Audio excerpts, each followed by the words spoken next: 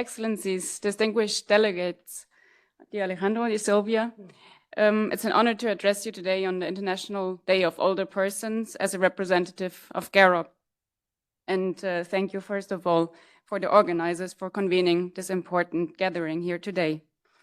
Well, we have already heard valuable insights from the UN bodies underscoring the urgency and the collective commitment to advancing the rights of older persons. And as a representative of civil society, I would like to just take a few minutes to reflect on the opportunities this represents, what a resolution presents to us, and outline our collective expectations for the Intergovernmental Working Group. And then if time permits, I can also tell you a little bit more about GAROP and how we, in close partnership with the NGO Committee on Aging here in Geneva, work to serve as civil society platform in this process. The adoption of the resolution marked a historic milestone, as we have already heard, the formal initiation of a process towards the development of an international legally binding instrument.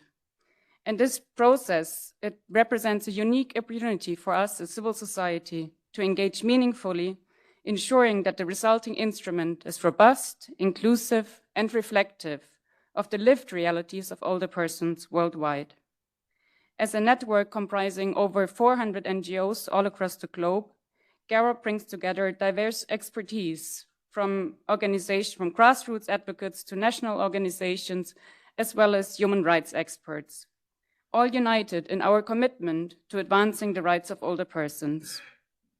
The success of this process hinges on the active engagement of all stakeholders, particularly older persons themselves, to ensure that the future instrument is both representative and enforceable.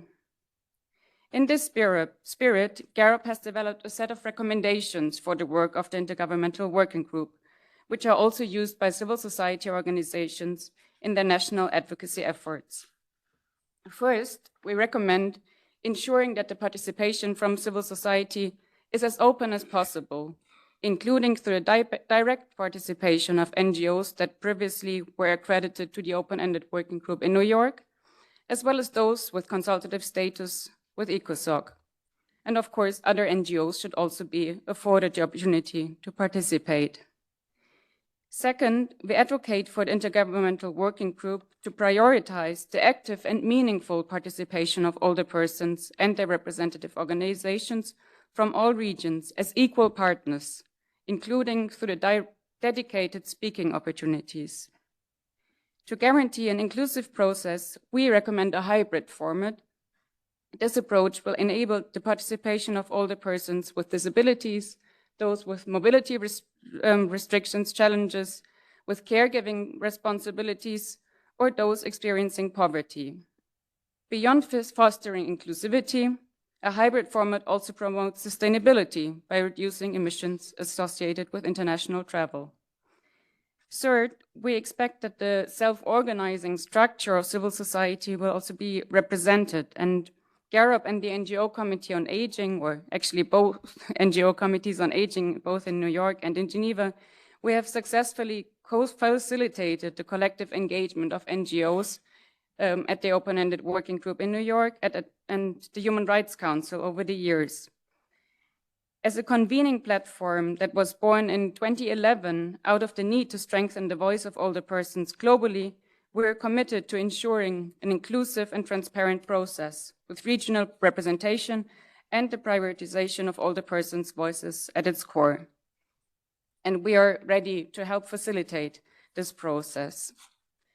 Finally, regarding the work plan of the Intergovernmental Working Group, we recommend the elaboration of a legally binding instrument commences with a thorough consideration of its conceptual foundation, the basic principles, and scope. The work of the Open-Ended Working Group should serve as a basis for this process, addressing the fundamental conceptual deficiencies in the existing human rights framework concerning the rights of older persons. And I think I will already close because I want to make sure that there's time for discussion as well.